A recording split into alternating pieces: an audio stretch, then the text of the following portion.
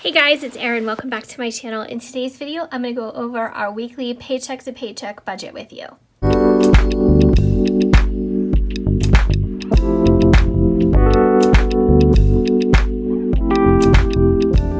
Alright, so it's been a little bit, and I do apologize because I was doing so well with my regular videos, and the past week really threw me for a loop, in large part to being heavily involved into the summer semester for my master's classes that I'm taking. So it just takes up a ton of time. It's a ton of writing, and really it probably wasn't the best decision time-wise for me to try to cram everything into the summer, but that's okay. I'm in it and I am making the best of it. But time is at a premium, of course. Everybody's busy. You know, I'm no different. And I just wanted to apologize because my videos were on a much more regular schedule than they were this past week. So I'm going to try to get back into the swing of things. I just needed some time to get into a system and get into kind of like a groove with how I'm handling my added responsibilities and things like that. So I just wanted to recap from last week. This was my budgeting layout, and I truly loved this. I really enjoyed the stickers that I was sent, and I'm really excited about maybe using stickers going forward. This particular set was sent to me by stickermehappy, Seana, and I just wanted to mention that again because this is a little bit different from my typical layouts. But this week I went ahead and got back into my typical handwritten layout, only because I started this when I was at work, and I just wanted to, you know, kind of get done as much as I could, and I didn't have any stickers with me.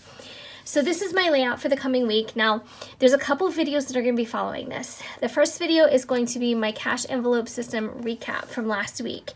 So I'm going to go over this layout over here, show you guys how we did with our envelopes and what we had left, if anything. I'm going to work on this week's cash envelope stuffing, so I just want to let you know that those are going to be in different separate videos, just so one video doesn't become, 30 minutes. And then after that, I'm also going to be uploading my sinking funds video. That is something new for me. It's something that I decided to start for the month of June, and I also want to do a tiny little video just showing you guys my Christmas savings challenge that starts in June as well. And I'm also going to be showing you my notebook that I'm using for my class organization. So if you're interested in any type of classwork, if you're in school, or if maybe you're not in school this summer but in the fall again, or if you're taking any kind of seminars or things like that, I just wanted to show you how I'm organizing my assignments and my notes and things like that. So I'm going to be sharing that with you too. But let's get into paycheck number 22, which is for May 31st. So I'm going to zoom in just a bit. And I have this covering because usually I write this with you guys, but since I didn't write it, I thought that I would unveil as we talked about it. If you left me a comment recently, I do apologize. Again, last week was really unusual for me, and I didn't get back to everyone as quickly as I would have liked, but I will be answering comments and things like that moving forward. So last week's paycheck, or this current paycheck, is for a single payday, and it was $810. Now, I know I go over this every time, and if you guys have been watching me on a regular basis, you're probably so sick of hearing me say it, but when I refer to a single payday, that is when my husband gets paid. So he gets paid every single Friday, and I get paid every other Friday. When we both get paid every other Friday, I call that a joint payday because it's the two of us. A single payday is his income. It's actually only his income, and that's after his retirement savings and health insurance. So this is what's left. So this is what we have to work with, $810. And so there's a couple things, and I have a little asterisk here by car lease number 1 because last week I totally screwed up. Last week I had car lease number 2 due, which is for his truck. This one is mine. So I budgeted last week $290, and after I did the budget and I was like getting ready to pay the bills, I pay most of my bills online, I was looking at it again and I was thinking to myself, well, that's not right because when I budget for his, it's $340. So what I did is I took the extra $50 out of our savings. I transferred it electronically into our checking account, which is where I pay my bills from, and all was well. But I just wanted to mention that because that was just a total screw up on my part. So this week, is actually the week that's due for car lease number 1, and that is $290. So in case you're like, hey, we saw that last week, what's going on? It was just a total screw up, and I do that a lot. So, you know, I'm not going to sugarcoat it. I do that a lot. So here, our gas bill. I always budget high for our gas and our electricity.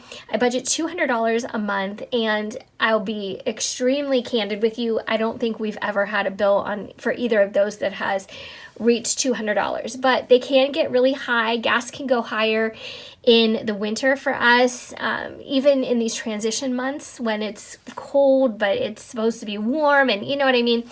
And then in the summer when we run our central air, that can get very pricey too, even though we do have 2 units and it is very energy efficient. It's a new system. It still can get pricey. It's just using electricity. So I budget high for each of those. I budget $200, but our actual was $92. So that is a savings of $108 out of my budget. So that's a really great thing, and I'm really happy with that. I like to budget high, and just in case, you never know. And I don't know, that's what I like to do. Even though it's probably never going to be $200, I still like to have that extra padded in there just in case. So the next thing that is due is the credit card debt. So I do need to make a payment, and the required payment is just under $200. I can't remember off the top of my head because I'm so used to making this flat payment when it's due. So I budget $200 and I make $200, so that is a wash. And also for this pay, our variable expenses are really low because we don't have a lot going on this week, and also we don't have a lot of money coming in this week. So I didn't want to necessarily take it out of the money I had set aside for our sinking funds. And we just don't need to do as much. You know what I mean? I don't have a dining out envelope for this week. We just don't need it. We actually have a couple gift cards that we could use if we really wanted to go out to eat. Usually we save those for like a rainy day, you know, when we don't really have the money to do something like that. If we get them for holidays, oh, we have some serious birds wanting to chime in. But if we get them for holidays or birthdays or things like that, I just wanted to mention I try to hold on to those for times like this. So anyways, our variables are very low this time, and that was on purpose. So the total that should have been budgeted was $890. But as you guys can see, we only brought in $810 this week. So the actual, since we had some savings here, was only $782. So that helped us so much. So we brought in $810, but $782 is going out. So that made us covered, and I'm just really happy about that because I really don't want to keep taking and nickel and diming savings for this and that just because I'm not tightening up our budget enough. I don't like that.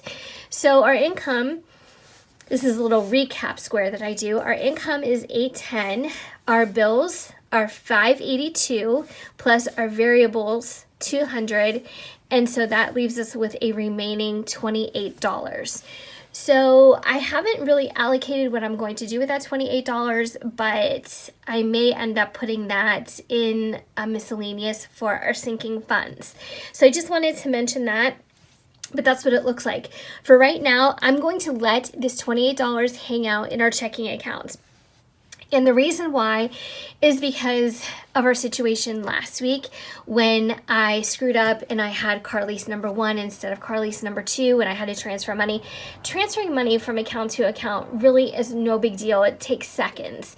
But I just want to make sure that I did everything correctly before I go ahead and take that $28 out and do something with it. So I'm just going to let that hang out. I'm not going to do anything with it right now, but I just wanted to mention that so you guys get the full picture. So that is the budget. Part 2 to this is going to be the flip side, which is the cash envelopes. So I will show you, I have a little grid started for that, and I have the money already. So we're going to stuff those together. And of course, I'm going to go over last last week's and show you how that ended up too. So I just wanted to thank you guys for watching, and of course over the past week, thank you for your patience. If you were waiting for a video, that makes me so happy, and if you weren't, then I guess this was just a big surprise. But thank you so much. I really appreciate your support. If you haven't already subscribed, I would love if you did so. I have lots of content coming and lots of tweaks and things like that to our budget and to my planning. So that's all. Hope you guys are doing well, and I'll see you guys next time. Take care.